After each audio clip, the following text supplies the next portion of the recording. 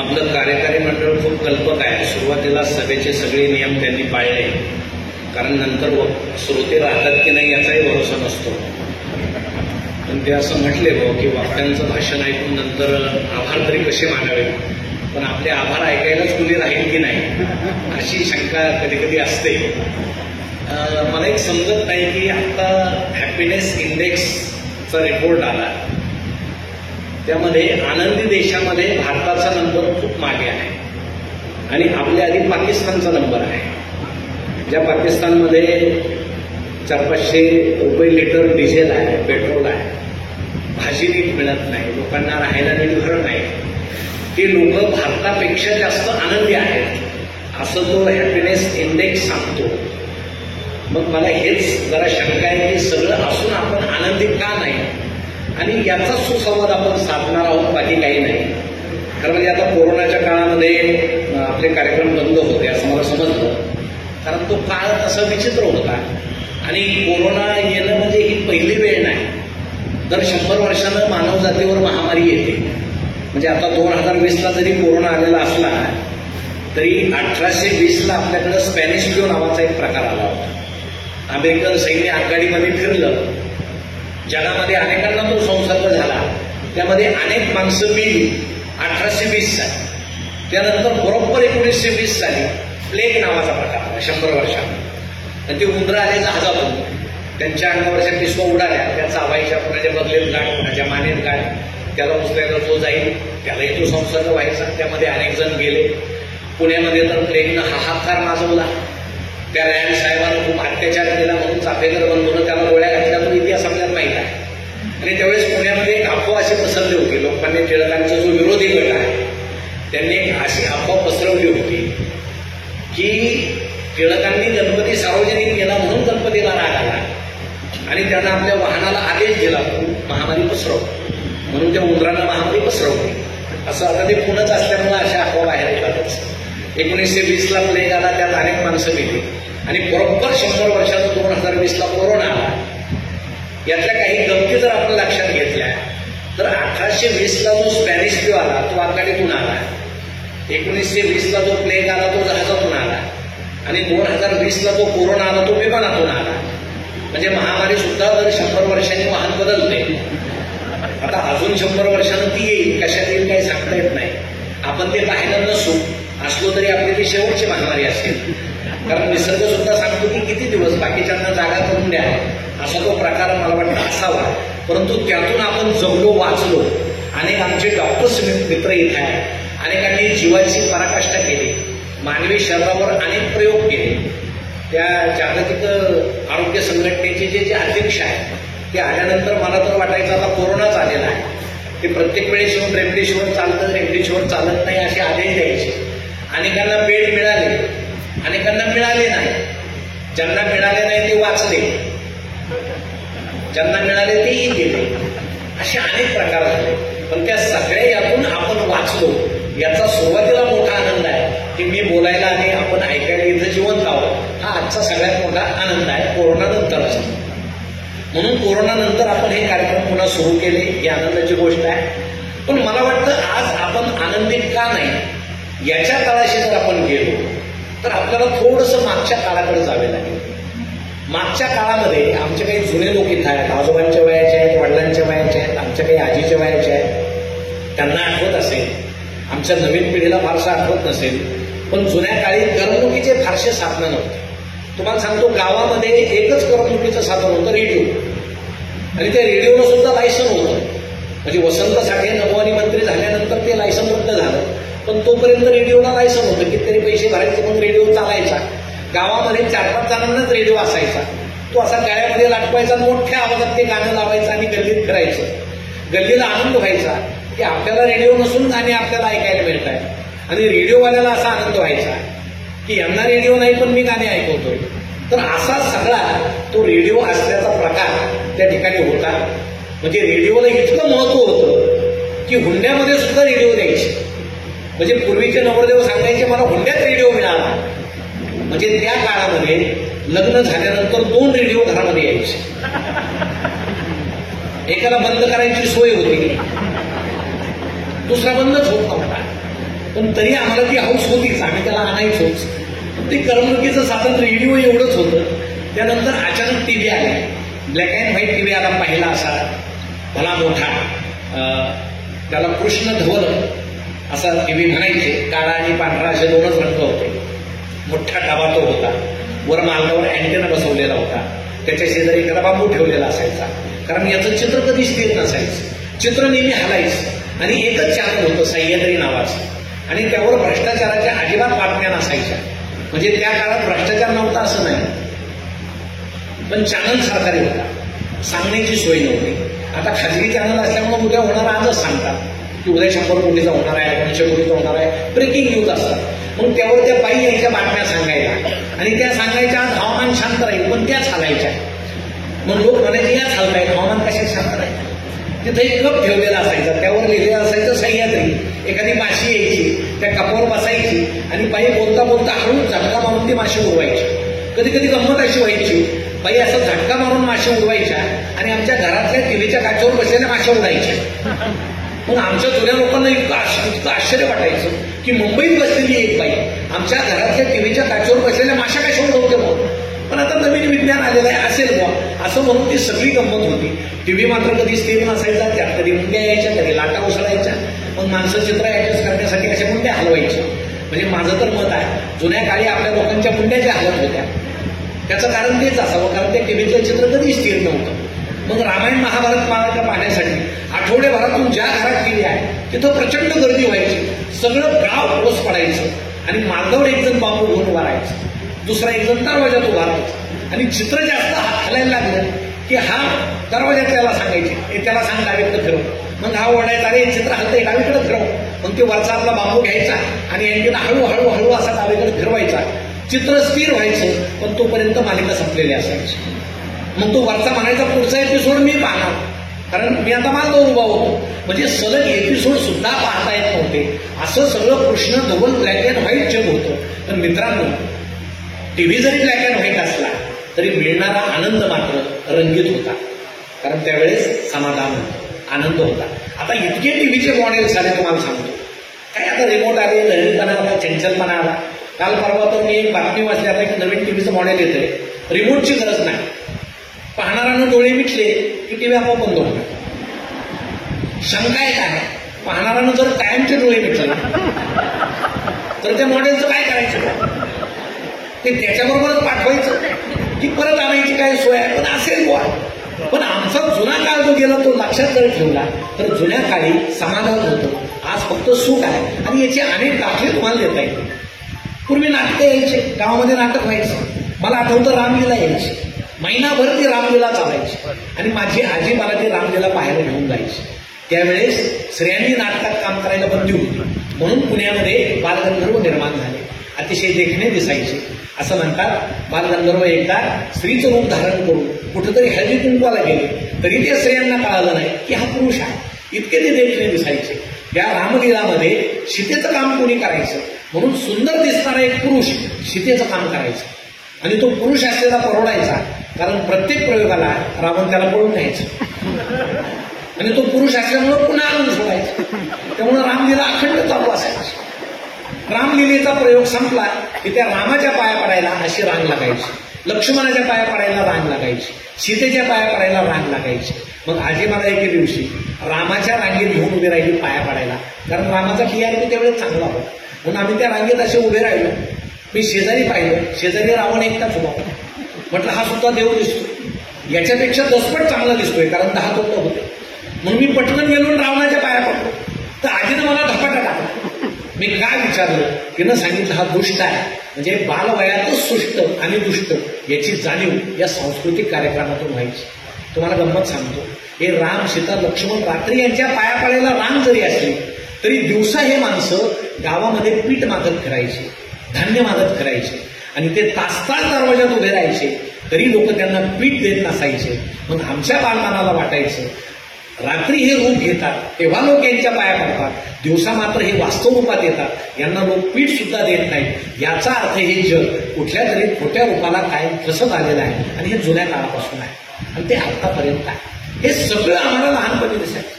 नाटकं यायची, नाटकात होतं. तुम्हाला गप्पा सांगतो, सगळं गाव ते नाटक पाहायला जमा झालं. नाटकात दृश्य काय होतं, तो व्हिलन असा उभा होता, तो हिरो त्याच्यासमोर असा पिस्तूल रोखून उभा होता आणि तो हिरो त्याला म्हटला, आज मी तुला गोळी घालून ठार करतो. आणि त्यावेळेस असं काही विज्ञान नव्हतं, माहीत नव्हते, काहीच नव्हतं. मग त्यानं असं म्हणायचं आणि मागून एखादं पडद्यामागून फटाका वाजवायचा आणि फटाक्याचा ठो आवाज झाला की व्हिलननं पडायचं, ते सगळ्यांनी टाळ्या वाजवायच्या, गोळी सुटली आणि व्हिलन मेला. त्या दिवशी तो हिरो असा पिस्तूल घेऊन उभा राहिला. तो व्हिलनला असं म्हटला, मी तुला गोळी घालून ठार करतो. मागचा फटाका पेटवायला सावध होता, पण मला वाटतं नुकतेच असे पावसाळ्याचे दिवस सुरू झाले असं, त्याला फटाकाच पेटेल. 1 काड्या 2 काड्या 4 काड्या फटाकाच पेटेल आणि हिरो तो पिस्तूल घेऊन उभा. आवाज झाल्याशिवाय पडायचं नाही म्हणून व्हिलन तासात उभा आणि हा का पडत नाही म्हणून आम्ही आवाज उभे. कोणालाच काही समजेना आणि मागच्याला तर फटाका पेटेना. डायरेक्टरच्या लक्षात आलं काहीतरी घोटाळा, म्हणून त्यांना हळूच पडद्या खालून सुरा सरकवला आणि तो हिरोला म्हटला, आज जरा अडचण आहे, यानं मार यानं मार. आता हिरोच होता तो हुशार होता, त्यानं तो सुरा हातात घेतला आणि तो हिरोला एक व्हिलनला असं म्हटला, तू इतका दुष्ट आहे, तू गोळी वाया घालण्याच्या सुद्धा लायकीचा आहे, आज मी तुला सुऱ्यानं मारतो. आणि ते हिरोनं असा सुरा उगरला आणि मारणार तोच मागून आवाज आला, ठो.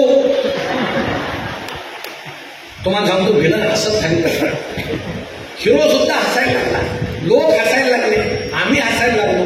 दुसऱ्या दिवशी पेपरात या चुकीची बातमी कुठं आली नाही. याचं कारण असं होतं की आमचे जुने लोक चुकांमध्ये आनंद शोधायचे, आता आम्ही आनंदामध्ये चुका शोधतो. म्हणून आम्हाला एखादा आनंद मोकळ्या मनानं स्वीकारताच येत नाही. आमच्या मुलीला 12वीला 70% पडले, आईला आनंद होतो पण थोड्या वेळ होतो, ती हळूच शेजारी जाते. तुमच्या इथे किती येतो? 80. अरे वाईट सांगतो, किती वेळ आनंद टिकला? 10 मिनिट. आम्हाला आमच्या मुलामुलींचा आनंद टिकवता येत नाही, मिळालेल्या आनंद आम्ही शेअर करत नाही, त्याचं रूप आम्ही लक्षात घेत नाही, इतरांशी तुलना करतो आणि आम्ही दुःखी होतो. म्हणून मी जे तुम्हाला सुरुवातीला सांगितलं की आज आम्ही फक्त सुखी आहोत आणि आमचे जुने लोक समाधानी होते. काय फरक आहे दोन्हीमध्ये? पंचपक्वानाचं ताट समोर आहे म्हणजे सुख आहे, पण आम्हाला ते पचत नाही म्हणजे समाधान नाही. झोपायला फोमची गादी आहे म्हणजे सुख आहे, पण त्यावर झोपच लागत नाही म्हणजे समाधान नाही. म्हणजे आता आम्ही समाधान हरून बसलेलो आहोत. भौतिक साधनं सगळे आमच्याकडे आहे, विज्ञानानं तंत्रज्ञानानं सगळं आम्हाला दिलेलं आहे, पण आम्हाला ते पचत नाही. सुख किती घ्यावं त्याचं आजीर्ण आम्हाला झालेलं आहे आणि आम्ही अस्वस्थ झालेलो आहे. हे टीव्ही, हे सगळं ते तंत्रज्ञान येत गेलं आणि हे कमी होतं म्हणून की काय, मोबाईल आला. आता मोबाईल काढण्याचा उद्देश चांगला की त्यामध्ये सगळं जग आहे, माणसानं बसून ते पाहावं, पटकन दुसऱ्याशी बोलावं, मग आपले कामं करावी. आता माणसं काय करतात, पटकन एखादं काम करतात आणि बाकी सगळा वेळ मोबाईलला देतात. आता इतके आहारी आम्ही गेलेलो आहोत, त्यामुळे 140 कोटी देशाच्या या लोकसंख्येमध्ये 120 कोटीच्या वर मोबाईल आहे. घरामध्ये 4 माणसं असतील तर 6 मोबाईल आहे. भिंतीवर लाख रुपयाचं एलईडी आहे, पण घरामध्ये साधं 50 रुपयाचं पुस्तक सुद्धा नाही. म्हणून आम्ही सुखी नाही, आम्ही समाधानी नाही. या सगळ्या गोष्टीला आम्ही काय विचार करत नाही. आम्ही मोबाईलने अस्वस्थ होत गेलो. प्रत्येकाचे व्हॉट्सअप ग्रुप आहे, प्रत्येकाचे. पूर्वीचं घर तुम्ही आठवा, कसं होतं घर? आई वडील मुलगा मुलगी उठायचे, वडील उठल्याबरोबर स्नान करायचे, देवपूजेला बसायचे, आई पटकन स्नान करायची, तुळशी वृंदावनासमोर उभी राहायची, एखादं भावगीत म्हणायचे, जात्यावर दळण काढायची, एखादं लोकगीत म्हणायची.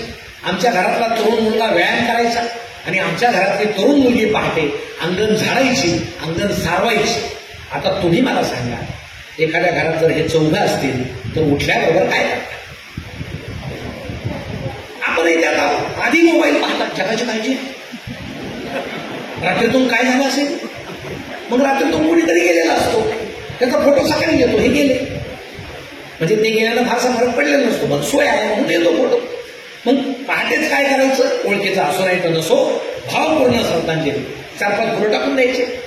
आपल्याकडे फुकटच आहे, 5-10 टाका, काय फरक पडत नाही. त्याला श्रद्धांजली वाहण्याचा अवकाश दुसरा एखादा फोटो येतो, आज यांचा वाढदिवस आहे म्हणजे यांचा जन्म झाला, जगावर किती उपकार झाले, मग वरचेच फुलं यांना टाकून द्यायची नाही.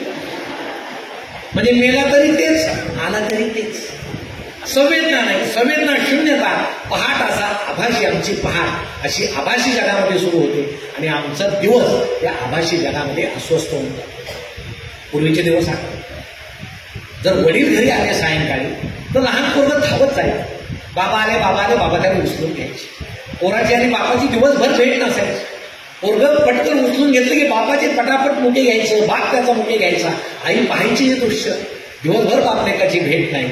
खरोखर हे किती प्रेम आहे. आताही फरक पडला असं मी म्हणत नाही. आताही पप्पा येतात, मुलगा धावत जातो, पप्पा आले पप्पा आले, पप्पा त्याला उचलून घेतात, ते त्यांच्या खिशातला मोबाईल येतो, पळून जातो. मग पप्पाला समजतं आपल्यासाठी आलाच नव्हता. म्हणजे आता ज्या वडिलांच्या खिशात मोबाईल नाही त्याच्याकडे मुलं येतील की नाही ही सुद्धा शंका आहे. आणि मला वाटतं आजच्या मुलांना आपला बाप दळभद्री कधी वाटत असेल ज्याच्याकडे सगळ्यात हलका मोबाईल आहे. माझा बाप जगातला सगळ्यात दळभद्री माणूस आहे. मोबाईल नसलेला तर पार दारिद्र्य रेषेच्या खालचाच आहे. कारण मोबाईल हेच आपलं पॅरामीटर आहे. म्हणून त्या व्हॉट्सअप ग्रुप आहे, कुठली तरी लांब तर पोस्ट येते, वाचायची नाही, पोस्टमनगिरी करायची, पुढे पाठवून द्यायची, तुम्ही वाचा नाही तर नका वाचू. एखादी छान कविता येते वाचायची, त्याच्या खाली कवीचं नाव असतं, काढून टाकायची, आपलं पेस्ट करायचं, पुढं पाठवून द्यायचं, मी कवी झालो. सगळे खेळ, सगळी लावाय, सगळ्याचे फेसबुक अकाउंट आहे, त्यावर माहिती खरीच असते असं काही नाही. काही माहिती टाका, सेन्सर करायला कोण नाही. मग ते फेसबुक अकाउंट जागतिक चिंतेची आम्हाला काळजी आहे. आमच्या ताईंना मी सांगतोय गंमत, तुम्ही काय करा, उद्या तुमचा फोटो टाका फेसबुकवर आणि खाली एकच ओळल्या मला सर्दी झाली एवढंच लिहून टाका.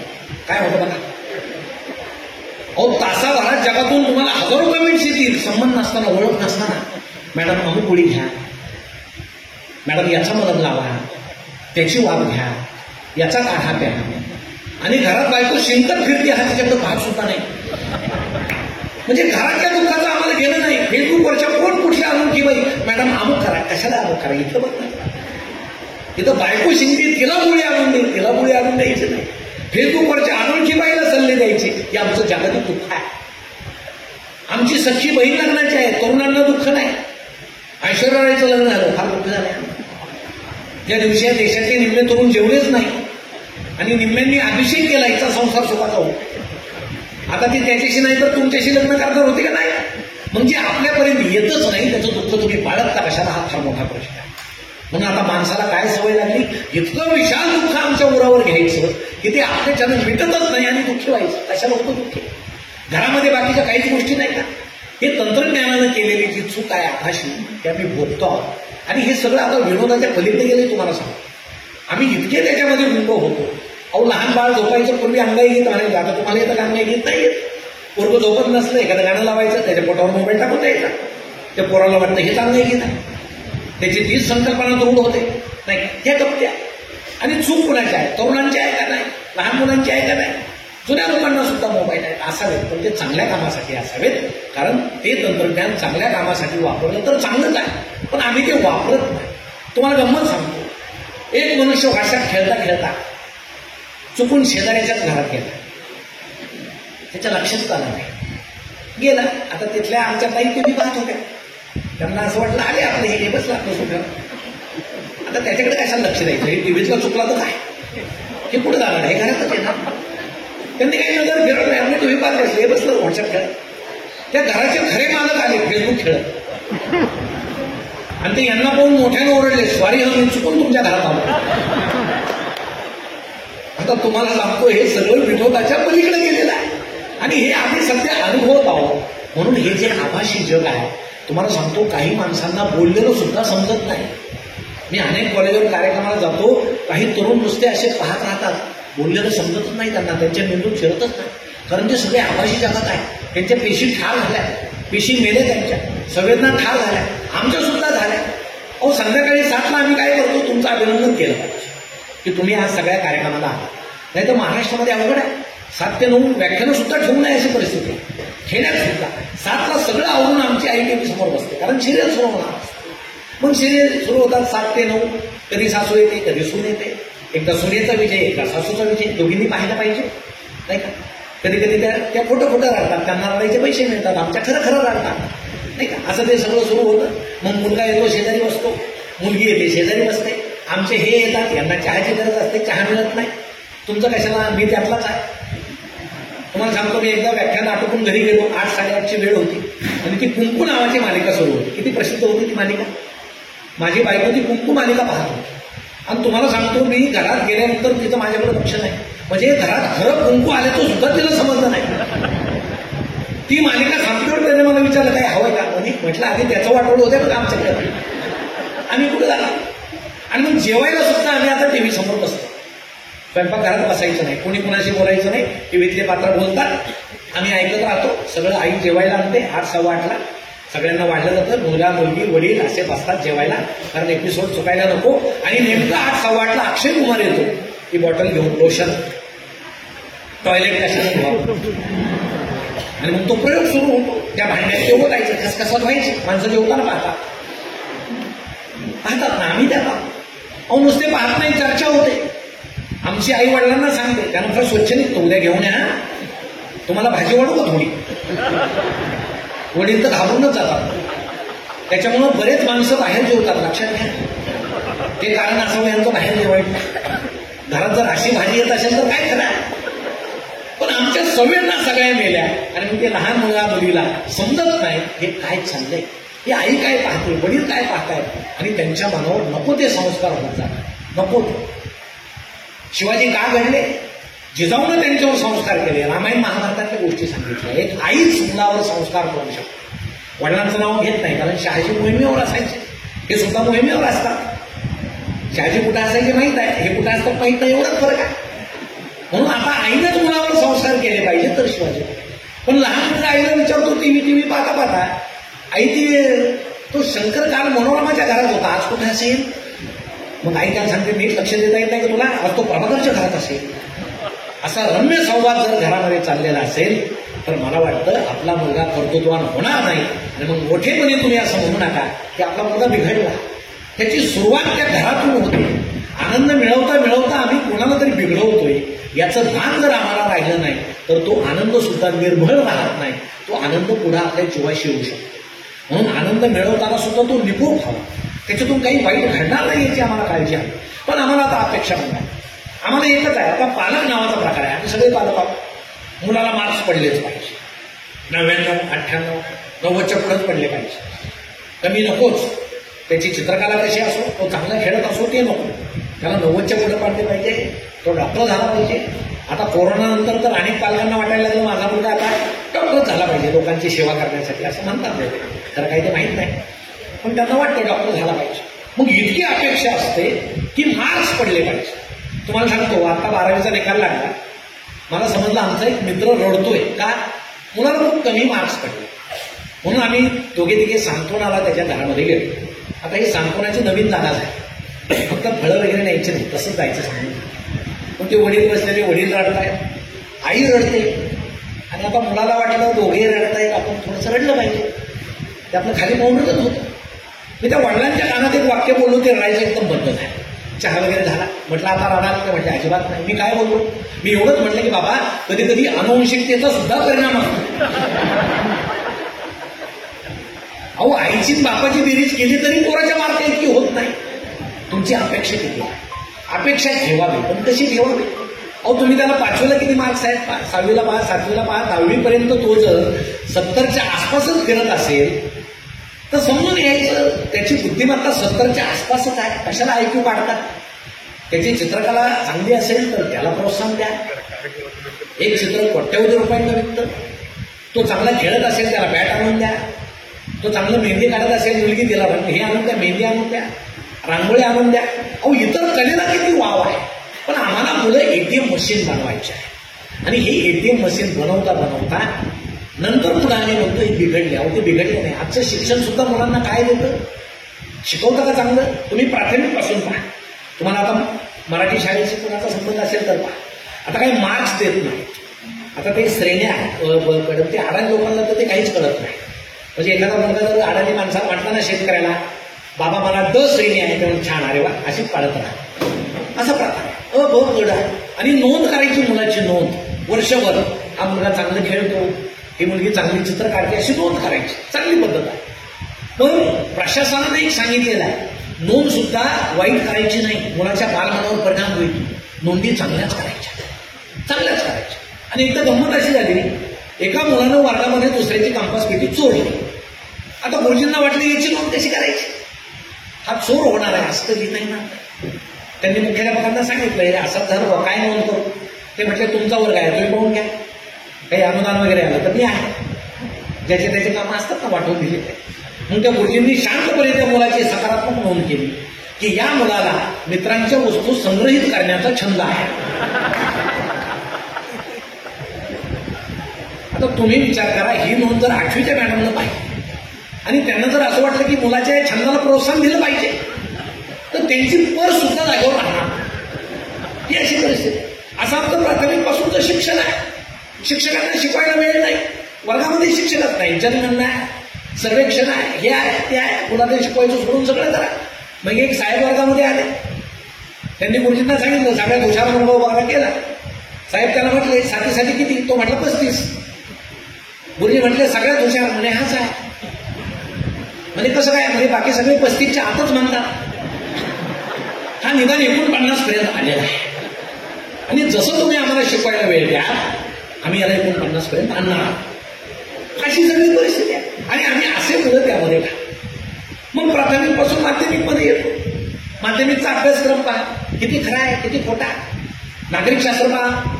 एखाद्या सरांनी जर वर्गात मुलांना विचारलं राष्ट्रपती राजवट कधी लागते, आणि एखादा मुलगा जर उठून म्हटला रात्री लागते आणि पहाटे उठते, काय करायचं? चूक द्यायचं की बरोबर द्यायचं? सर म्हणतील चूक आहे. मुलगा म्हणून सर टीव्ही पाहता की नाही? रात्रीच पाळाले, पहाटे शपथविधी झाला, मग राष्ट्रपती राजवट उठली. हे बाहेरचं नागरिकशास्त्र आहे.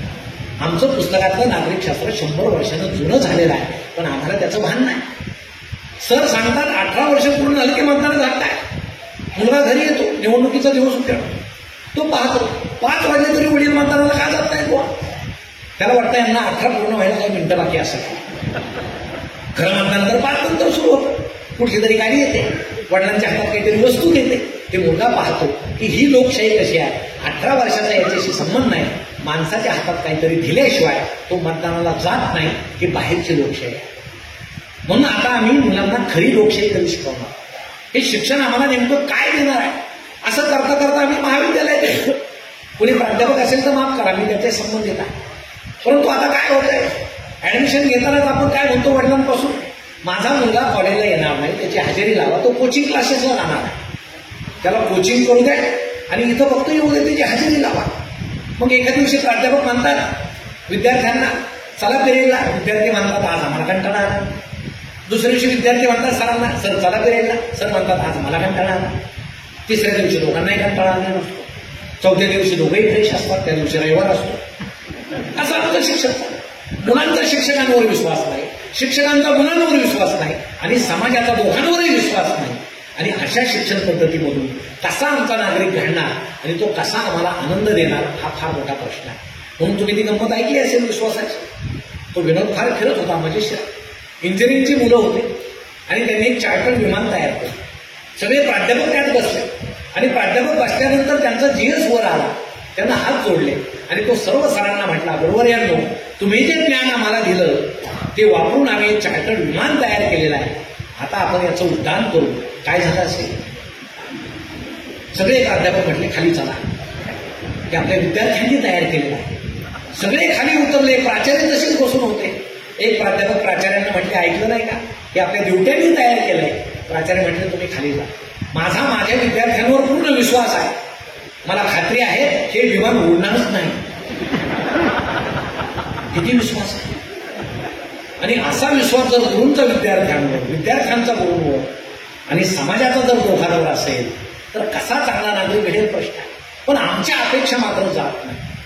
मुलाला 50% पडले, 55% पडले, 60% पडले. मला तुम्ही सांगा, आता काही डॉक्टर्स आमचे मित्र आहेत, मी हॉस्पिटलमध्ये गेलो होतो, आमच्या मित्रांच्या डॉक्टर मेहर बालरोग तज्ञ आहे, आमच्या ताई आयुर्वेद हे करताय, आनंदाची गोष्ट आहे. हॉस्पिटल पाहिलं, तिथले लहान मुलं पाहिले, दिलासा मिळाला, आनंद आहे. ही खरे डॉक्टर्स. पण आता काय आपल्या क्षेत्रात सुद्धा काय सुरू आहे, 65% मार्क्स पडले, त्याला मेडिकलला घातलं पाहिजे का? हा देशद्रोह आहे.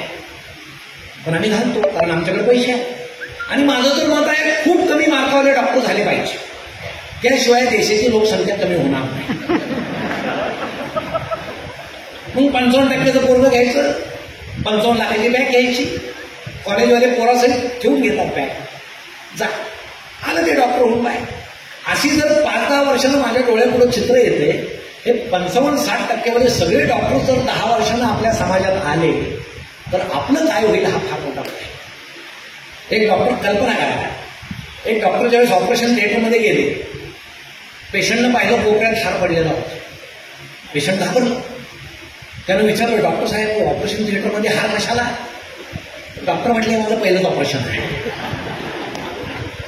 ऑपरेशन सक्सेस झालं तर हा हार मला, नाही झालं तर तुला, वाया जाणार नाही. हे 10 वर्षानंतरची परिस्थिती आहे ही आमची. तर मग सरकारी दवाखान्यामध्ये पूर्वी मला आठवतं आमच्या गावामध्ये एकच डॉक्टर होते, डॉक्टर बेंदूरकर. त्यांच्यावर सगळ्यांना विश्वास होता. खाली त्यांचा ते राहायचे खाली आणि माडीवर त्यांचा दवाखाना होता आणि जिनेवर पाटी होती. डॉक्टर बेंदूरकर दवाखाना, वर जाण्याचा रस्ता. त्यामुळे वर गेलेलं पेशंट खाली येईलच याचा भरोसा नसतो. पण तरी आमचं सगळं गाव जिवंत राहील. मग सरकारी दवाखाने आले, अनेक गरीब लोक सरकारी दवाखान्यात जायचे. एकदा मला ताप आला, आजीने मला सरकारी दवाखान्यात घ्या. कोणी सरकारी डॉक्टर इथं नाहीत ना, असले तर माफ करा पण म्हणा. आणि मग सगळे पेशंट असे उभे होते. तर सरकारी डॉक्टरांचं मला फार कौतुक वाटतं. माझे अनेक जण मित्र आहेत, हात न लावता ते ओळखतात ताप किती आहे, दळदळ किती आहे. मग असे सगळे पेशंट उभे, प्रत्येकाला वेगळा. मग डॉक्टर जवळ बोलवायचे, काय असं असं. मग एक बरणी होती अशी मोठी, पांढऱ्या गोळ्या होत्या अशा मोठ्या. मग अशी गुचकुली भरायची, गोळ्या द्यायची. डॉक्टर किती खायच्या, काय काय बरणी भरले काय. आणि तुम्हाला सांगतो गोळीच्या आकाराचा आणि घाशाच्या आकाराचा काही संबंध नव्हता. म्हणजे माणूस आजारातून वाचेल पण गोळी कुठून मरतो की काय, एवढ्या गोळ्या. मग जुने लोक कुठून गोळ्या खायचे. मुलं हसतात, आमचा म्हातारा कुठून गोळ्या खातो, खाणार नाही तर काही तेवढ्या गोळ्या होत्या. नाही तर सरकार कशाला गुंतून गेले असते पूर्वीच. घरूनच काचेची बाटली न्यायची औषधाला, एक ड्रम भरलेली असायची. डॉक्टर बाहेर तर नव्हतायचे. डॉक्टर किती त्यांचे पेत राहा, भरपूर आहे, एक्सपायरच होणार आहे, प्या. अहो ते सगळे पेशंट 8-10 दिवसानं गावात फिरायला दिसायचे. त्याच पांढऱ्या गोळ्या, तेच लाल औषध. मानसिकता असायची की आम्हाला डॉक्टरांनी गोळ्या दिल्या, औषध दिलं, या मानसिकतेनं रुग्ण बरा व्हायचा. आता ती मानसिकता संपलेली आहे. आता मला वाटतं पूर्वीच्या लोकांच्या शरीरात पांढऱ्या टिशी नव्हत्याच, आत्ता आत्ता त्या निर्माण व्हायला. कारण त्या सगळ्याच्या मरायला लागल्या. का मरायला लागल्या? कारण ते निर्माण करणारे औषधं आहे. आणि डॉक्टर साहेब असं म्हटलं तर वावगं होणार नाही की आपलं मेडिकल क्षेत्र आता असं आहे की इथं आधी औषधं निघतात आणि मग त्याला लागू पडेल असा आजार काढला जातो. गिरीश कुबेरांचा लेख जर तुम्ही वाचला स्वाईन फ्लू, तर तुम्हालाही स्पष्ट दिसेल की स्वाईन फ्लू एक टॅमिफ्लू निर्माण करणारी कंपनी घाट्यात गेलेली. की अमेरिकेचे संरक्षण मंत्री रम्सफेल्डनं त्यात शेअर्स घेतले. नंतर जगभरात अचानक स्वाईन फ्लू आला. टॅमिफ्लूची प्रचंड विक्री झाली, कंपनी नफ्यात आली आणि स्वाईन फ्लू अचानक गायब झाला. हे जे सगळं वास्तव आहे हे मनाला भिवणारं वास्तव. आणि या आजूबाजूला सगळं असुरक्षित असताना आपला प्रश्न हाच आहे, आनंद कसा लुटायचा, आम्ही आनंद कसा. पण तुम्हाला एक सांग, आपला मुलगा जो आहे त्याला किती मार्क्स पडले याच्यावरून तो पुढे यशस्वी होणार आहे हे डोक्यातून तुम्ही काढून टाका. अनेक थोर माणसं नापास झालेले आहेत. म्हणजे नापास होण्यासाठी थोर होण्यासाठी नापास होणार असं मी म्हणत नाही, पण नापास झालेली माणसं थोर आहे. मार्काचा त्याच्याशी काही संबंध नसतो. पण आमच्या ज्या मुलांवर नको त्या अपेक्षा आहे की याला इतके मार्क्स पडले म्हणून त्याला कोट्याला घालायचा. सगळ्याच मुलांच्या बाबतीत मी बोलत नाही, पण तिथं जर 100 आत्महत्या वर्षभरातून होत असतील तर आम्ही मुलांच्या मानसिकतेचा विचार केला पाहिजे. आणि मानसिकतेचा विचार जर आम्ही केला नाही तर आमचा अपेक्षा भंग होतो आणि दुःख आमच्या पदरात पडतो. हे दुःख आमच्या पदरात पडायला मग आजूबाजूला खूप आनंद आहे, अपेक्षा भंग जाऊ नये. काही लोक म्हणतात काय आनंद आहे आजूबाजूला, फार मजा आहे. तुम्ही पहाटे फिरायला बाहेर पडता की नाही? आम्ही फिरतो. फिरण्याचे अनेक कारण आहे.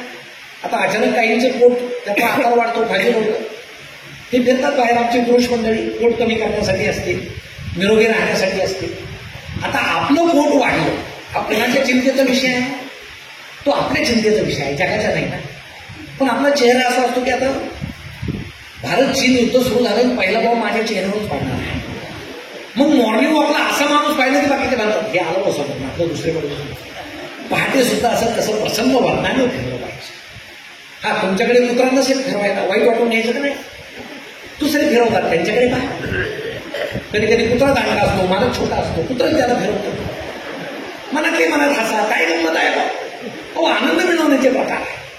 काही जण काय करतात, पहाटे झोपतात. ते रामदेव बाबा येतात पहाटे योगासनाला येतात. आता यांना योगासन करायचे असतात. आता बाबा पहाटे येतात, ते पहाटे का उठतात? तर रात्री मला वाटतं त्यांना काही काम नसेल, उठतात पहाटे. कारण ते योगासनं करणं ही त्यांच्या आरोग्याची गरज नाही आहे. हे त्यांना देश महासत्ता बनवायचा असेल किंवा त्यांचा व्यवसाय असेल, दुर्मिळ काहीतरी असेल. मग महाराज असे बसतात चॅनलवर येऊन की आपणही बसतो, की महाराज काय करतात, आधी पोट करतो. आता आपलं फिरतं काय? आता आपल्याला पोटासाठी गरज फिरावं लागतंय दिवसभर. कुठं यांच्या नादी लागतात, पण ते फिरवतात गरज की आपण मनानंच असं करतो. फिरलं काय पाहायला कोण नसतं, फिरलं आपलं फिरलं. मग लगेच स्वामी काय करतात, एक पाय घेतात, काय घालतात. आता आपली शरीर प्रकृती तशी आहे का? कसा कसा पाय घ्यायचा काय? स्वामी काढतात, आपला निघत नाही. मग काय करायचं? हिला बोलवायचं, एवढा काय? ते सांगते काय नाही, दुसरा घालते. नाहीतर दिवसभर याच्या काढल्या त्याच्या काढल्या तर तो फिरता ना, तुमच्याच गुंतून बसा दिवसभर. योगासन चांगले आहेत, वाईट नाही, पण त्यातही गंमत आहे. आमच्या एका मित्राने दुसऱ्याने विचारलं, तू योगासन करतो का? करतो काय होतं त्याला? आयुष्य वाढतं. वाढलेल्या आयुष्यात काय करायचं? ऑनलाईन पासन करायचं. मी फार कडक पथ्य पाळतो. का पाळतो? मला खूप जगायचं. खूप जगून काय करायचं? पथ्य पाळायचं. पण दुसरा आनंदच नाही का जगात काही? म्हणजे मृत्यू येत नाही तोपर्यंत जगायचं का? हे शरीराचे आपले जे आरोग्य आहे त्याच्यासाठी ठराविक वेळ देऊन बाकीचा आनंद कोण लुटेल? का शरीरासाठीच आपण जगण्यासाठी तडपडणार आहोत मृत्यू येऊस तर नाही. त्या छोट्या छोट्या गमत्या. आणि काय होतं, जवळचं सुख आपल्याला दिसत नाही, जे लांब आहे ते असं वाटतं सुख आहे. तुम्हाला गंमत सांगतो, मी पहाटे फिरायला निघालो, असं दुसरा अंधार पडलेला होता, नुकतंच फटफटलेलं होतं, चेहरे नीट दिसत नव्हते. आणि मी चालता चालता कोणीतरी स्त्री माझ्या शेजारून गेली आणि ती मला म्हटली गुड मॉर्निंग. मी म्हटलं गुड मॉर्निंग, आनंदाचा विषय असतो. घरी आलो, आता असा चेहरा लपत नाही, थोडा गाडा हसत होतो. बायकोने विचारलं काय आज काय वेगळं? म्हटलं काय नाही, काहीतरी वेगळं घडलंय म्हणे, सांगा. म्हटलं काही नाही, काय नाही सांगा म्हणे, काहीतरी झालंय. म्हटलं अगं काही नाही, कोणीतरी स्त्री माझ्या शेजारून गेली आणि म्हणते गुड मॉर्निंग म्हटली. ती म्हटली मीच होते. लगेच चेहरा पाडला. मग ती म्हटली हा कुठला आनंद आहे? दुसरी स्त्री गुड मॉर्निंग म्हटल्यावर आनंद, बायको म्हटल्यावर दुःख. तुम्हाला आनंद नेमका पाहिजे काय? म्हणून आपल्या शेजारी सुख असून आपण ते शोधायला बाहेर पडतो आणि ते मूळ दुःखाचं कारण होतं. आपल्या शेजारी सुख आहे, आपल्या पत्नीशी गोड बोला, आपलं पोरगा आहे, गोड आहे, पडू दे का? अहो, एका बालकाने फ्लेक्स लावले होते आता 12वीचा, त्याच्या मुलाला सगळे विषयात 35% मार्क्स पडले, सगळ्या.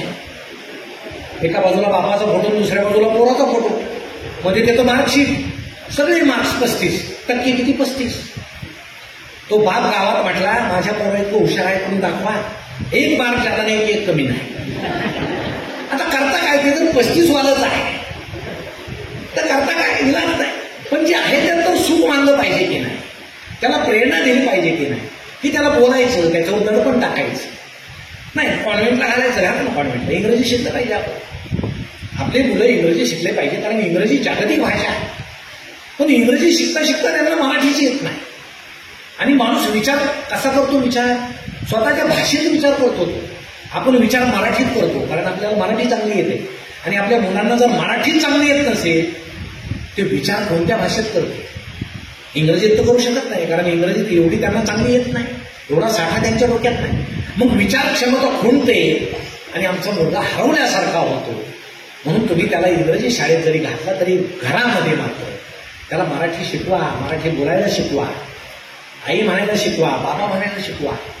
ठीक आहे, आता मम्मी पप्पा असेल, ती संस्कृती असेल, आम्ही त्या कल्चरकडे निघालेलो आहोत, पण मराठीचं असं जे झालेलं आहे त्यामुळं आज अनेक मुलं, आणि खेड्यापाड्यात तर तुम्हाला सांगतो, कांद्याला भाव मिळाला की लोक इंग्रजी शाळेत घालतात पोरं, आणि कांद्याचे भाव पडले की पुन्हा मराठी शाळेत आणून घालतात. तिकडे काही इंग्रजी शिक असं नाही, गुणवत्तेचा काही संबंध नाही, तिकडे आर्थिक विषय. मग असं झालं की नीट इंग्रजी नाही, नीट मराठी नाही. आमच्या मराठीचं तुमचं आपलं मायबोली नाव आहे. मराठी किती सुंदर आहे, आणि म्हणून तिला आम्ही मायबोली म्हणतो, आमची आई म्हणतो. अहो, मराठीच्या सौंदर्याकडे तुम्ही पहा. तुम्हाला 2-3 उदाहरणं सांगतो. प्रत्येक शब्दामागं व्याख्या आहे मराठीची. आपण जर पाहिलं काय व्याख्या आहे, ती म्हण आहे कुठली, कानामागून आली आणि तिकड झाली. कुठून आली म्हण आम्ही विचार करत, कानामागून आली आणि तिकड झाली. कधी वापरतो, समजा थोरली सून आहे, धाकटी आहे, तिच्यापेक्षा तिकड आहे, मग स्त्रिया म्हणतात भाऊ कानामागून आली तिकड झाली म्हणजे हिच्यापेक्षा तिकड आहे. पूर्वीच्या काळी कसं होतं, मिरचीचं रोप लावलं की त्याला आधी पानं यायची, पानानंतर मिरची यायची, पण ती पानापेक्षा तिखट असायची. म्हणून लोक काय म्हणायचे, पानामागून आली आणि तिखट झाली. कोणीतरी पानाचा म्हणून कान केला, तेव्हापासून कानामागून आली तिखट झाली. आमची मराठी मस्त आहे, मस्त वळते, अशी छान वळते, तिला वळवलं तशी वळते, अशी त्या कसा. तुम्ही पु ल देशपांडेंचं ते वाचलं कधी, ऐकलं नाही? मजेशीर आहे. ते सांगतात ना, मला कुठलं तरी घर पाहायला बोलवलं, तुम्ही तिला काय ऐकले असेल, आणि त्या मालकानं काय केलं, आता घर पाहिलं गेलं आपल्याला माहित आहे, आपण सगळं दाखवतो. हे हॉल आहे, हे बेडरूम आहे, नाही हे देवघर आहे, इथपर्यंत ठीक आहे, हे टॉयलेट आहे. आपण गारेवा, त्यात आरेवा काय, पण त्यानं दाखवलं तो आरेवा, तो दाखवतो ना आपण आरेवा म्हणतो. पुलंना नाही घर पाहिला, आणि त्या मालकानं पुलंच्या हातात एक वीट दिली, म्हणजे ही घरी तयार केलेली वीट आहे, ही बाहेरून आणलेली वीट आहे, आणि त्या दोन्ही विटा घेऊन पुलं त्याच्यामध्ये फिरताय. तास 1.5 तास तो सांगतोय, हे विटा घेऊन फिरताय. तेव्हा पुलं असं म्हटले, तेव्हापासून मला समजलं वीट येणे म्हणजे काय, हे तेव्हा मला समजलं. सुंदर वाटतं. ही सगळी जी निर्मिती झालेली आहे फार मजेशीर. झाकली मूठ 1.25 लाखाची कुठून आली म्हण. फार पूर्वीच्या काळी एका मंदिरामध्ये पुजारी पूजा करायचे, आणि त्याला समजलं की आता देवाच्या दर्शनाला महाराज येणार आहे. मग महाराज येणार म्हणजे खूप मोठं काहीतरी ते टाकणार देणगी म्हणून. मग त्यानं काय केलं, कर्ज काढलं, ऋण काढलं, सगळं मंदिर सजवलं, रोषणाई केली, रंग दिला, सगळी स्वच्छता केली, झाडं लावले, खूप खर्च केला कर्ज काढून. महाराज आले, 2 आणे टाकून गेले. आता काही काही मोठी माणसं असतात अशी, दिसायला मोठे असतात, ते काहीच नाही. आता पुजाऱ्याला प्रश्न काढला, यांच्या भरोश्यावर कर्ज काढलं, फेडायचं कसं. त्याच्या डोक्यात एक कल्पना, त्यानं राज्यात एक दौंडी पिटवली. म्हणजे परवाच महाराज देवाच्या दर्शनाला येऊन गेले, त्यांनी देवाच्या पायाशी एक अमूल्य अशी भेट टाकलेली आहे, आणि त्याचा लिलाव उद्या मंदिराच्या पटांना होणार आहे. ज्याला ती वस्तू घ्यायची त्याने उपस्थित राहा. आता महाराजांनी काय टाकलं असेल, राज्यातल्या धनिकांना वाटलं हिरा, माणिक, मोती, पाचू काहीतरी असेल, सगळे धनिक जमा झाले. तो पुजारी आपलं 2 आणे असे मुलीत पकडले, बोला म्हणून लिलाव. कुणी म्हणायचं 50,000 मोहरा, कुणी म्हणायचं 60,000 मोहरा. सुरू झालं. ते तिथल्या एका सैन्यानं ऐकलं, तो धावत गेला आणि महाराजांना म्हटला, महाराज त्या पुजाऱ्यानं जर मूठ उघडली तर तुमचं काय, सगळ्या राज्यात तुमची इज्जत जाईल. मग महाराज म्हटले, धावत जा, त्याला सांग 1.25 लाख देतो पण मूठ उघडू नको. तेव्हापासून झाकली मूठ 1.25 लाख. हे फार सगळं मजेशीर. पण आम्हाला ठीक आहे, इंग्रजीचं आकर्षण असावं. हो, आमच्या जुन्या शिक्षकांना सुद्धा फार इंग्रजी येत नव्हतं, पण मुलांचं काही आडलं असं नाही. एक गुरुजीच्या वेळेस एका मुलाला म्हटले काय टावला बाहेर वगैरे काय टाक, ते केलं विचारत आहे, आणि दरवाजात रडत उभा राहिला. आता गुरुजींना वाटलं याला आत बोलवलं पाहिजे, पण आता याला जर बाहेर इंग्रजीत हाकललं आहे, आत इंग्रजीतच बोलवलं पाहिजे, पण आत बोलवायला काय म्हणतात त्यांना माहीतच नव्हतं. मग ते काय केलं, त्यांनी बाहेर गेले, मुलाच्या पलीकडे गेले, आणि वर्गाकडे बोट करत म्हणाले गेट आउट. पोरगा आला. म्हणजे भाषे वाचून काही अर्थ असं नाही. पण आता झालंय काय की आम्ही इतके त्याच्या आहारी गेलेलो आहोत की निदान एखादी शिवी आमच्या मुलांना इंग्रजीत द्यावी असा आमचं मत आहे. आणि हे सगळं जे समाधान आमचं गेलंय ते कशामुळे गेलंय, आम्ही पुस्तकं वाचतच नाही. तुम्ही मला सांगा, तुमच्यात असेल कोणी, मी दोष देत नाही, पूर्वी पुस्तकं वाचणारे असतील, पण आता कोणीही पुस्तकं वाचत नाही, कारण मोबाईल हा त्याला उत्तम पर्याय आलेला आहे. पण मित्रांनो, पुस्तकं इतकी माझ्या कधी नव्हती. आमचे जुने लोक पहा, एकदा पुस्तक घेतलं की त्यातून किती आनंद मिळायचा. इतके विनोदी लेखक होते. राम गणेश गडकरींपासून सगळे. गडकरींच्या भावाच्या उशीखाली एकदम विंचू निघाला, आणि तो उठल्याबरोबर मोठ्यानं ओरडला, माझ्या डोक्याखाली विंचू निघाला. गडकरी काय म्हटले, दगडाखाली दुसरं काय निघणार नाही. हसला तो, हसायला लागला, सगळं दुःख निघून गेलं, मजा होती. त्यांनी एका साहित्यिकावर काहीतरी लिहिलं, साहित्यिक संतापले. दुसऱ्या दिवशी मॉर्निंग वॉकला समोरून आले. गडकरी त्यांना म्हटले नमस्कार. साहित्यिक म्हटले मी मूर्खाशी बोलत नसतो. गडकरी काय म्हटले, पण मी बोलतो ना. हसायला लागले. अहो मोबाईल नसताना हा काळ होता. आता आम्ही पुस्तकं वाचायची विसरलो. आमच्या घरातच पुस्तक आहे. तुम्ही सांगा, छत्रपतींचं आम्ही नाव घेतो, इतर थोर लोकांचं आम्ही नाव घेतो, आपल्या मुलांना वाचायला घरात पुस्तकं आहेत का? नाही. आणि पुस्तकाची किंमत किती आहे? मोबाईलची किंमत ₹1,00,000 वर आहे. 5-5 मोबाईल आहे, साधं पुस्तक नाही. आणि आमच्या मुलावर संस्कार होत नाही असं आम्ही म्हणतो, हे चुकीचं आहे. म्हणून पुस्तकं घरात, काय अडचण आहे घरात ठेवायला? कोणी वकील असलं तर त्यांना माहिती आहे, वकिलाच्या केबिनमध्ये किती पुस्तकं असतात, ते काही सगळे त्यांनी वाचलेले असतात का? पण ते आरोपीला वाटतं की नाही एवढे पुस्तक आहेत हे मला जामीन मिळवून देतील, वाटतं त्यांना, मिळतो पण त्याला जाणून. तुमच्या घरात असले पुस्तकं तर काय निघतं? तुम्ही वाचा नाही तर नका वाचू. पाहणार काय म्हणे, हुशार आहे, विद्वान आहे. आणि ही वाचण्याची जी सवय आहे, तुम्हाला त्यातलं एक उदाहरण सांगून आपण पुढं सर. फार पूर्वीच्या काळी म्हणजे गंमत आली झाली, मोबाईल नसताना लायब्ररीमध्ये तरुण कॉलेजचा रोज पुस्तक बदलायला जायचा, रोज न चुकता जायचा, पुस्तक द्यायचं बदलायचं, जायचा रोज. त्याचं कारण काय होतं, त्या लायब्ररी खूप सुंदर होत्या म्हणून तो बदलायला जायचा. मग त्याला हळूहळू वाटलं की आपण हिच्याशी लग्न केलं पाहिजे. मग त्यानं चिठ्ठी दिली, मोबाईल नव्हते त्या काळात. मग चिठ्ठी कशी द्यायची, देता येईना. मग तो शेवटी निराशेत गेला आणि त्यांना आत्महत्या केली. सगळ्या प्राध्यापकांना प्राचार्यांना वाईट वाटलं की अरे चांगला वाचक, त्यांना काय माहित कशाला लागलो, चांगला वाचक गेला म्हणजे इथपर्यंत ठीक आहे. पण त्यानं आत्महत्या केल्यापासून ती लायब्ररीन रोज रडत होती, रोज. मग प्राचार्याने तिला बोलून घेतलं, म्हणे ठीक आहे त्या मुलानं आत्महत्या केली, ठीक आहे, तू कशाला रडतेस? त्यानं सांगितलं सर काय सांगू, मी पहिल्या दिवशीपासून पुस्तकात त्याला चिठ्ठी घालून देत होती.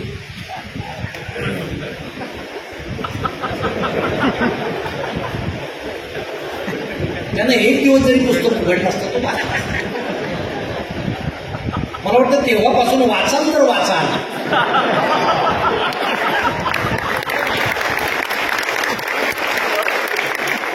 म्हणजे आपला खाजगी तर्क आहे पण हे मजा असते. पण ठीक आहे, साहित्य नाही, तुम्ही मोबाईलमध्ये चांगल्या गोष्टी पाहत, तो आनंद त्यातून मिळवा. पण आता झालंय काय, कोरोना मध्यंतरी आला. तुम्ही मला सांगा, कोरोनामध्ये आपल्या कुटुंबामध्ये लग्न झाले, नातलगांचे झाले, आपले झाले, किती लोक होते लग्नाला? 5, 10, 50. ते जोडप्यांचे काय सुखी झाले नाही का प्रपंच? झाले. याचा अर्थ काय, फार लोकांच्या आशीर्वादाची गरज नसते. पण कोरोना संपला आणि पुन्हा जे सुरू झालं, कर्ज काढून डाऊन प्रतिष्ठा, आपल्या समाजातला माणूस जो मरतो, पुढे जे कर्ज फेडत बसतो, त्याचं एक कारण आहे खोटी प्रतिष्ठा, फसवी प्रतिष्ठा. आम्ही त्याच्या आहारी जातो, आम्ही आहारी जातो त्याच्या. जुन्या काळी लग्न व्हायचे, मंडप वगैरे टाकायचे, ते पदार्थ केले जायचे, रस्त्यावर लोक जेवायला बसायचे, ते लापशी नावाचा प्रकार करायचे. तुमच्याकडे करायचे का लापशी? गुळाची लापशी असायची, गव्हाचा भरडा आणि गुळाची लापशी. ती आदल्या दिवशी करायची नाही का, फुली झाकून ठेवायची, त्यावर धोत्राचं पान टाकायचं, कढईमध्ये सार करायचं. दुसऱ्या दिवशी लग्न झालं, शुभमंगल सावधान म्हटलं की पंगत बसायची. कुणाची आधी बसायची? पुरुषांची बसायची. आज कुणाची आधी बसते? पुरुषांची बसते. आणि आम्ही काय म्हणतो, जिजाऊ आणि सावित्रीबाईमुळं श्रीमुक्त झाली आहे, फक्त जेवायला आम्ही आधी. तेवढ्या क्षेत्रात काही तुम्ही घुसू नका. मी आमच्या आजोबांना विचारलं का हे पुरुषाचीच पंगत आधी का बसते? ते म्हटलं ते स्त्रिया फार वेळ गप्पा मारत जेवतात, पुरुषांना कंटाळा येतो. पुरुषाचं कसं आहे, पटपट गिळल्यामध्ये रवंत करीत गावभर फिरायला मोकळे होतो. त्यामुळे आम्हाला आधी जेवण करू द्यायचं.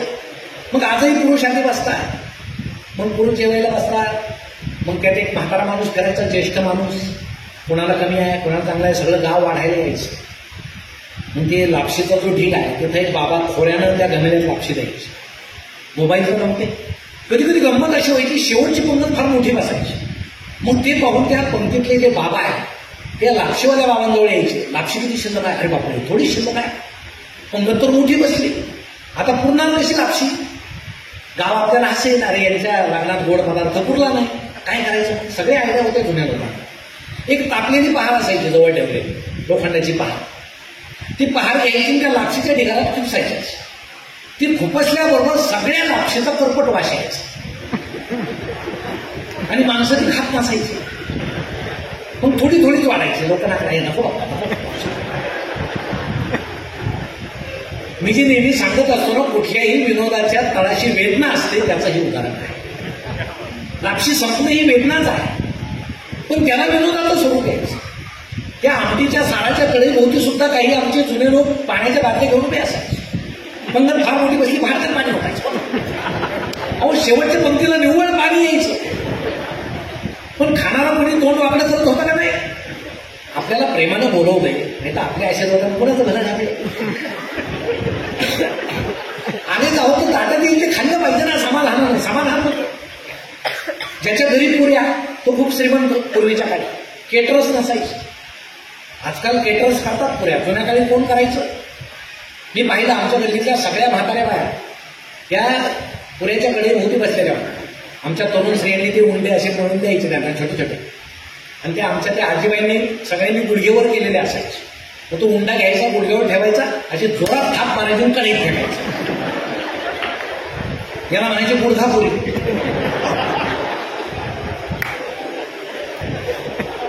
खाताना सगळ्यांना माहित होतं गुडघ्यावर केलेली आहे, पण कोणी तोंड वेगळलं नाही. समाधान. हा, एखादी मोठी पुरी पाहून एखादा म्हणायचं हौसाबाईची दिसते.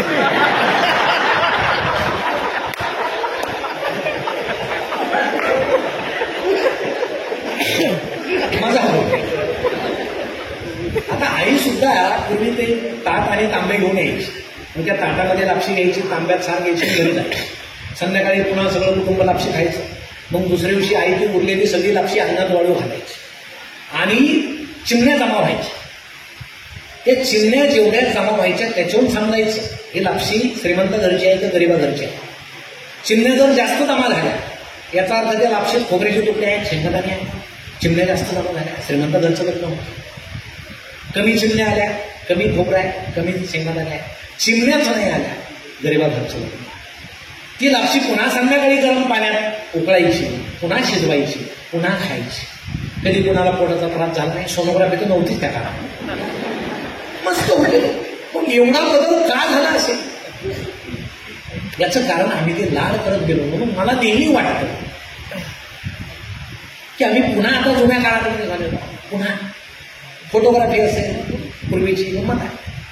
अल्बम असायचे पूर्वी, आमच्या काही जुन्या लोकांचे असते.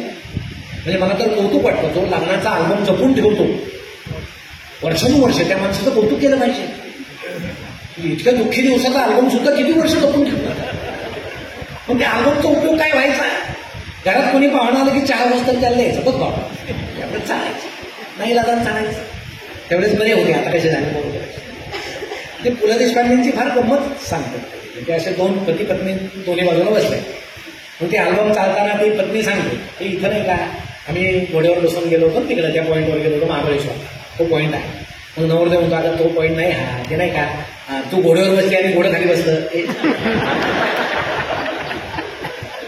असं म्हणून त्या पाहुण्याबरोबरच बाहेर जायचं. तुम्हीच बसाल असं ते अल्बम होते. फोटोग्राफी होती, ब्लॅक अँड व्हाईट फोटो होते, मजा होती सगळी. ते फोटो धुणं म्हणायचे त्याला. फोटो धुणं 8-10 दिवसांनी फोटो यायचे. आता म्हणजे सगळं तंत्रज्ञान तुम्हाला माहिती आहे. आता स्पेशल इफेक्ट आहे.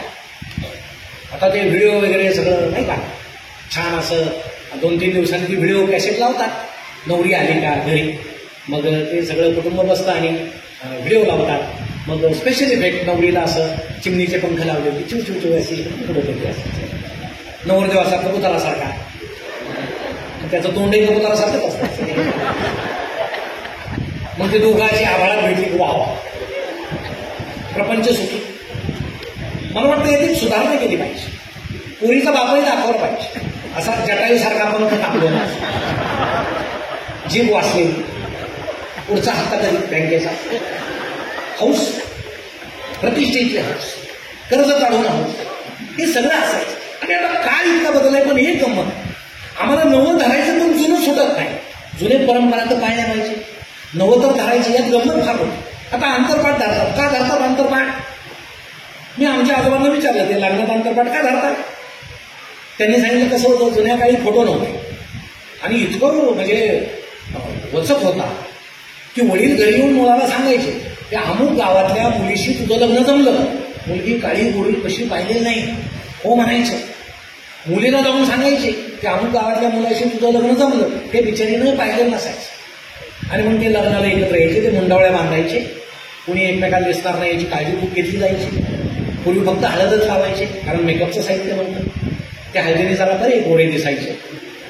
म्हणजे आता मेकअपनं काय फरक पडत नाही, पण ते हळद तरच पर्याय. मग नवरा नवरीमध्ये अंतर पडवलं असे ताणून धोतर धरायचे. का? लग्न झाल्याशिवाय एकमेकांना पाहू द्यायचे. मग सगळे बिंब लाटलं झाल्यावर अंतरपाठ खाली करायचा, मग हे एकमेकांना पाहायचे. जेव्हा ज्याने हाय का पदरी पडलं पवित्र झालं.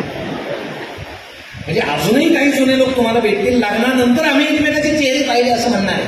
आम्हाला ते पटत नाही. पण आता गंमत अशी आहे, कोपऱ्यात प्री वेडिंग सुरू असते. ते प्री वेडिंगमध्ये येतात, लग्न जमलं की ते व्हिडिओ वगैरे येतात. तुम्ही नाही बघा, मग ते येतात की तुम्ही फार छान दिसता, असं चला डोंगरावर फिरायला. मग हे जातात महिनाभर आधीच डोंगरावर फिरायचं, तात्याव्यात पाय सोडायचे, गवतात लोळायचं. हे आपलं लुळू फोटो काढतो, त्यांचं व्हिडिओ काढतो. कोल्ड्रिंकची बाटली आणा, एक बाटली त्यात 2 नाण्या ओढा. सगळ्या बाटल्या त्या दिवशी संपलेल्या असतात, एकच बाटली शिल्लक असते. मग ते ओढतात. कधी कधी ती फुंकते, हे ओढतं आपलं असं. ती त्याच वेळेस ओढत नाही, बावळत आहे, काय अडचण नाही. आता आपलं काय झालं कोणाच ठाऊक. मग ते सगळं प्री वेडिंग असं. आणि मग लग्नाच्या मंडपामध्ये कोपऱ्यात ते सिनेमासारखं ते आता सेन्सॉर करण्याची गरज आहे, असं प्री वेडिंग सुरू होतं.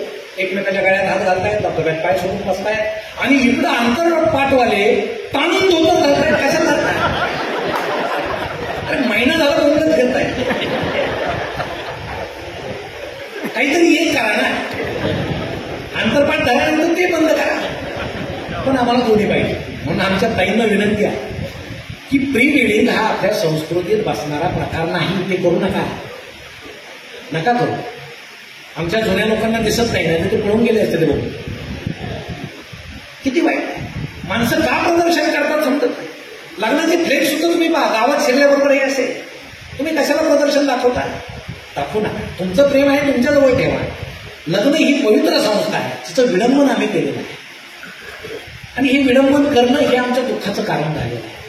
म्हणून हे सगळं याच्या परंपरा आहे. जुन्या परंपरा आमच्या नवीन पिढीला आम्ही शिकवल्या पाहिजे. आम्ही ते शिकवत नाही. आमचे जुने लोक इतके हुशार होते, तुम्हाला सांगतो. कोरोनात त्याचा किती उपयोग झाला पहा. आम्ही नमस्कार करतो पहिल्यापासून. आमचे सगळे जुने ग्रामीण भागातले लोक गळ्यात उपरणं बांधतात, त्याचा मास्क म्हणून उपयोग होतो. आम्ही कोरोनात मास्क लावला, त्यांच्या गळ्यात कायम तो मास्क आहे. आम्ही नमस्कार घालतो. कोरोनाच्या काळात मोदी साहेब ज्या ज्या देशात जातील तिथले अध्यक्ष म्हणायचे, तुमच्या देशाची कमाल आहे, कोरोना सुरू होण्याआधीपासून तुमची अशी संस्कृती आहे नमस्कार घालायची. नाही तर आमच्याकडे पहा, काही पाश्चिमात्य देशात कसा नमस्कार घालतात तुम्हाला सांगायला नको. एखाद्या देशात भेटले खांद्याला खांदा लावतात, कोणी नाकाला नाक घासतात, कोणी गालाला गाल लावतात, कोणी डोक्याला डोके लावतात. पण भारतातल्या जुन्या लोकांना माहित होतं आपली पुढची पिढी कशी आहे, ते सावध होते. म्हणून त्यांनी ही पद्धत काढली, नमस्कार बोलूनच. तुम्हाला सांगतो की पाश्चिमात्यासारखी जर पद्धत आपल्याकडे असते ना नमस्काराची, काही माणसं घरीच गेले नसते. या रस्त्याने नमस्कार करतच भेटले असते. पण आपल्याकडे जमातच एवढी मोठी आहे, प्रवाह पतित आहे, वाहायला लागली तर तिकडेच वाहणार. ते बरं वाईट काही पाहणार नाही. म्हणून ते जुन्या लोकांनी केलं ते खूप छान आहे. नमस्कार, हे नाकाला नाक नको, गंमत आहे.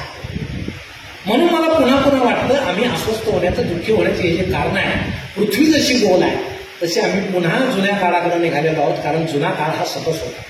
तुम्ही लक्षात घ्या, जुन्या काळी जंगलामध्ये पालेभाज्या खायच्या कच्च्या, कोणाचीही पोटं दुखत नव्हतं, पचन व्यवस्था चांगली होती. नंतर काय गारगोटीवर गारगोट असली, आगीचा शोध लागला, भाज्या शिजायला लागल्या, त्या चांगल्या लागतात म्हणून मसाले. आता इतके मसाले आले, लोकांचे पोटं बिघडायला लागले, पुन्हा माणसं कच्च्या भाज्या खायला.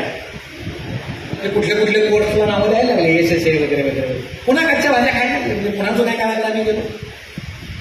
जुन्या काळी जंगलामध्ये माणसाला भेटत नव्हते, लज्जा नावाचा विषय नव्हता, कपडे नावाचा विषय नव्हता. माणसाला माणूस भेटला, त्यांना वाटलं कपडे शिवले पाहिजे, घातले पाहिजे. मग झाडाच्या पानापासून वस्त्र तयार झाले, झाडाच्या सालीपासून वस्त्र तयार झाले, वल्कलं तयार झाले. मग नदी पाहून गावं वसले.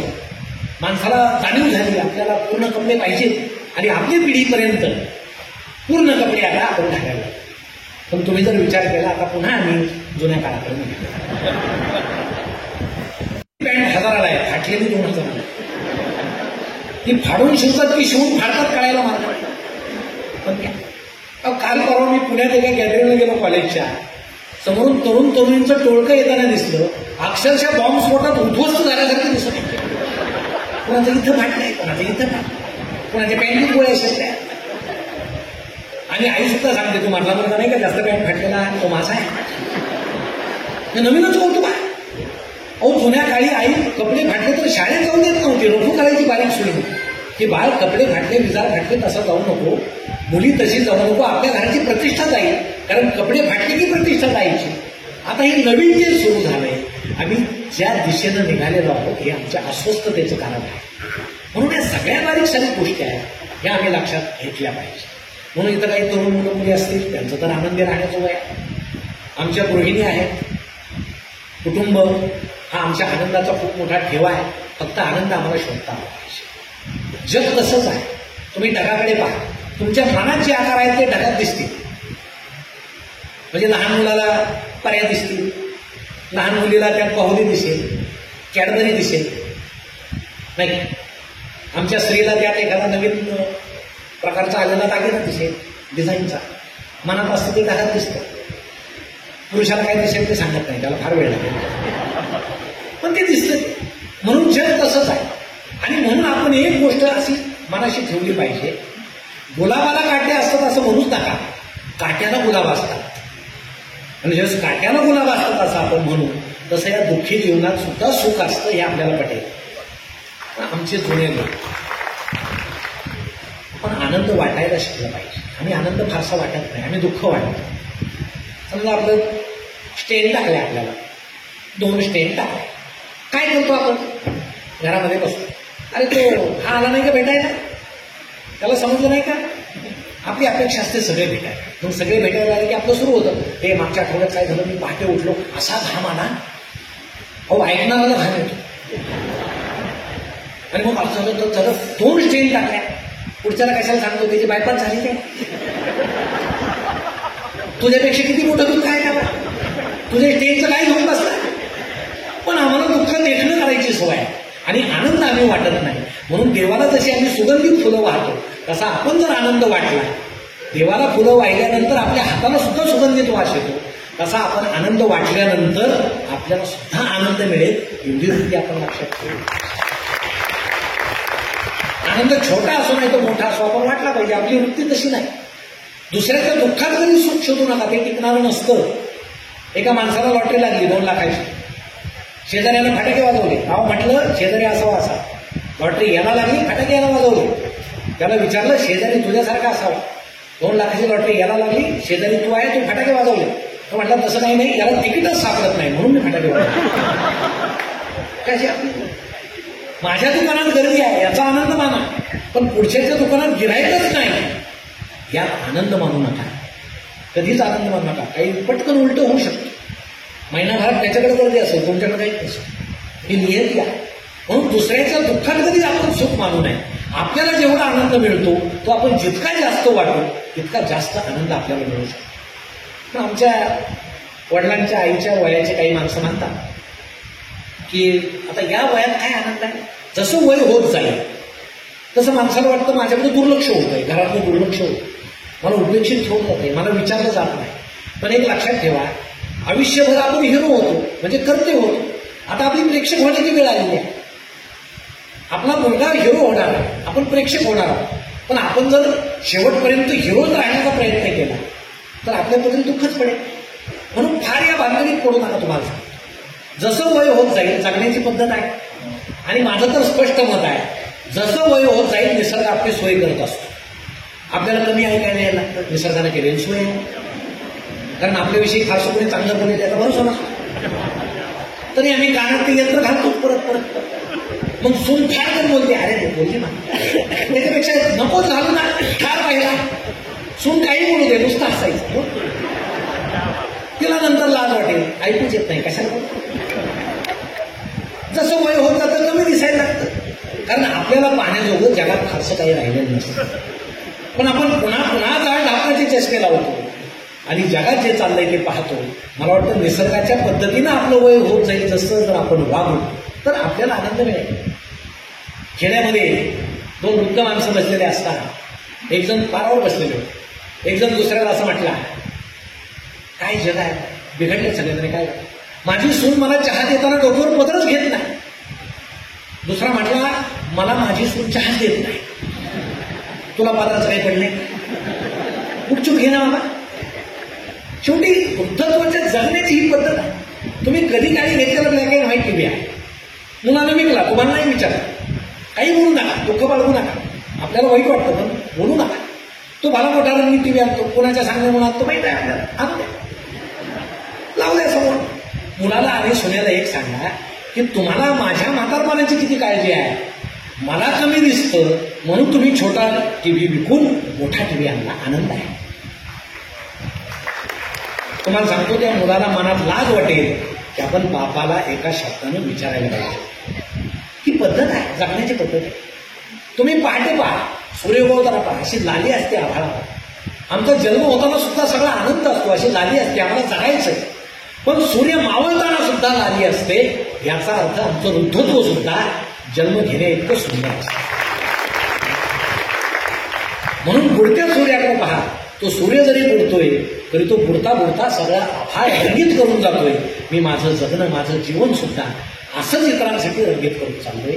हे समाधान आमच्या मनात पाहिजे. उपेक्षित भावना आमच्या मनात नकोच. म्हणून आमचे काही ज्येष्ठ लोक ठीक आहे, आता ज्याला पेन्शन आहे ते जर बरं आहे, 25 तारखेपासून जरा चहामध्ये जास्त दूध पडतं, जास्त आलं पडतं. 1 तारखेला तर असा स्पेशल चहा मिळतो पेन्शन काढून घेऊच. तर 2 पासून पुन्हा कोरा चहा असतो, होतं कधी कधी. आमचे एक बाबा सांगतात, माझी सून मला पेन्शन काढायला घेऊन जाते, सगळे पैसे घेते. मग मी काय करतो, हळू 2-3 नोटा पाय मोज्यात लपवतो.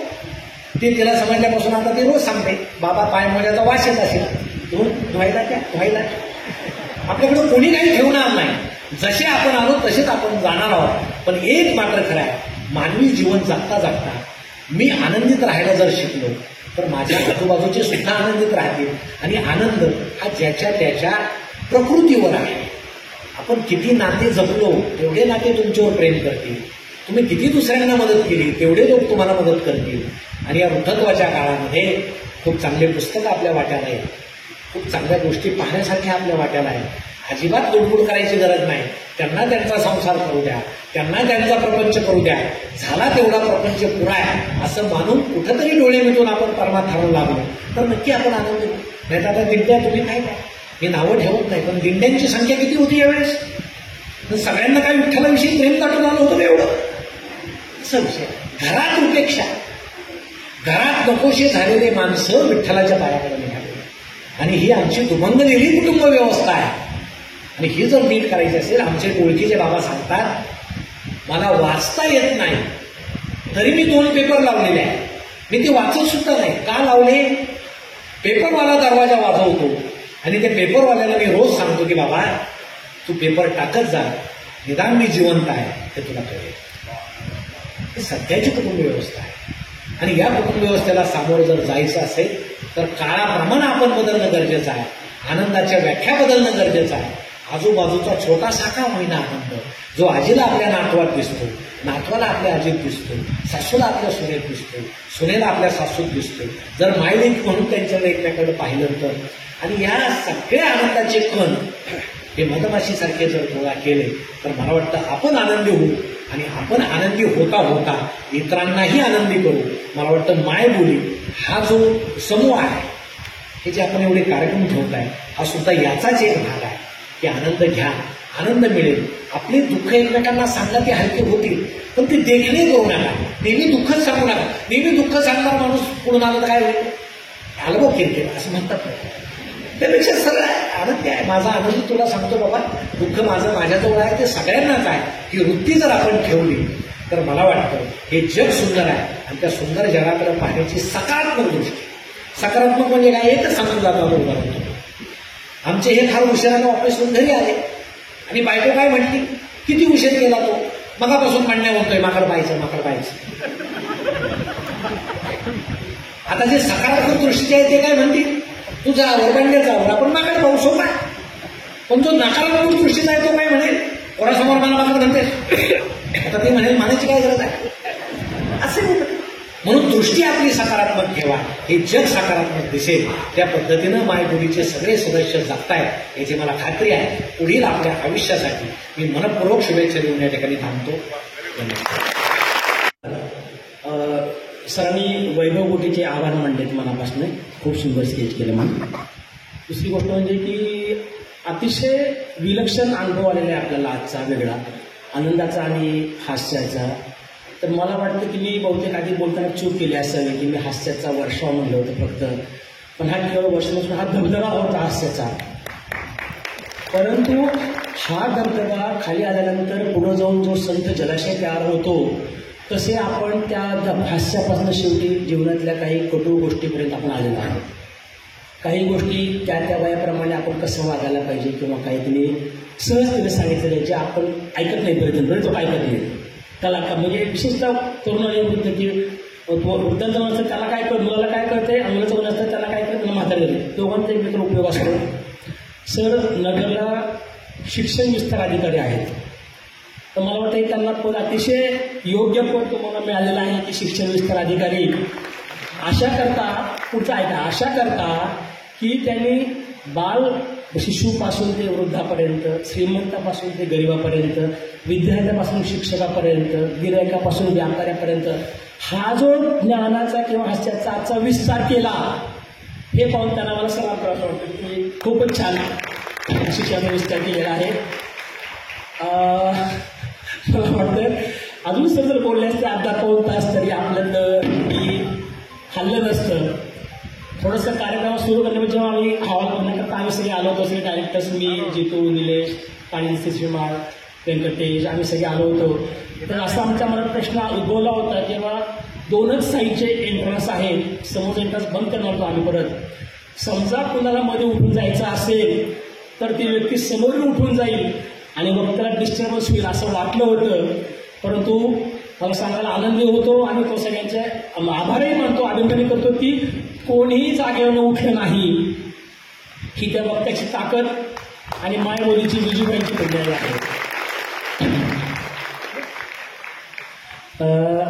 आता मला नाहीला सांगावं की आपला कार्यक्रम आता संपलेला आहे.